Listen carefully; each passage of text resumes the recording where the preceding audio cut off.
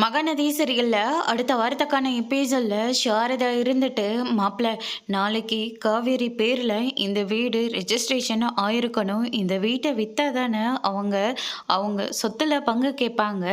ஆனா இந்த வீட்டை காவேரி பேருக்கு எழுதினா அவங்க இந்த சொத்துல பங்கெல்லாம் கேட்க முடியாதுல்ல அப்படின்னு சொல்லிட்டு சாரதா சொல்லிடுறாங்க. என்ன உங்களுக்கு இதுல சம்மதமா அப்படின்னு சொல்லிட்டு பாட்டிக்கிட்ட கேட்கவும், எனக்கு இதுல மனப்பூர்வமாக சம்மதம். என் பேத்தி சந்தோஷமாக இருந்தா எனக்கு அதுவே போதும் அப்படின்ற மாதிரி சொல்லிடுறாங்க. இல்லை உங்கள் புள்ள உள்ள ஒரு மாதிரியும் வெளியே ஒரு மாதிரியும் நடிச்சிட்டு இருந்தாங்களே, அந்த மாதிரி அது நீங்களும் நடிக்கலான் இருக்கீங்களா? எதுவாக இருந்தாலையும் முன்னாடியே சொல்லிடுங்க அப்படின்னு சொல்லிட்டு சாரதா கேட்கவும், சாரதா இப்படியெல்லாம் பேசாத, அதுக்கு பேசாம நீ எனக்கு சாப்பாட்டில் விஷத்தை வச்சு கூட கொடுத்துரு அப்படின்ற மாதிரி சொல்லிடுறாங்க.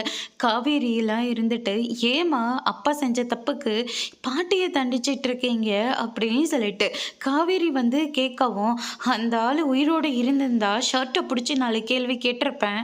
ஆனால் அந்த ஆள் தான் நெஞ்சு பிடிச்சிட்டு போய் சேர்ந்துட்டானே, அதனால தான் அவங்கள பெத்த கடமைக்காக இவங்களை தண்டிச்சிட்டு இருக்கேன் அப்படின்ற மாதிரி சாரதா சொல்லிக்கிட்டு இருக்காங்க. பாட்டியால் இதை ஏற்றுக்கவே முடியல. அதுக்கு அடுத்ததாக விஜய் இருந்துட்டு, நீங்கள் வாங்க பாட்டி, அத்தை இன்னொரு தடவை பாட்டியோட மனசை காயப்படுத்தாதீங்க. யாரும் இல்லாத போது நின்னாங்களே அப்போ துணையாக இருந்தது பாட்டி தான், அது கொஞ்சம் ஞாபகத்துக்கு வச்சுக்கோங்க அப்படின்ற மாதிரி சொல்லிடுறாங்க. அதோட இன்னைக்கான பிரம்பம் முடிச்சிருக்காங்க.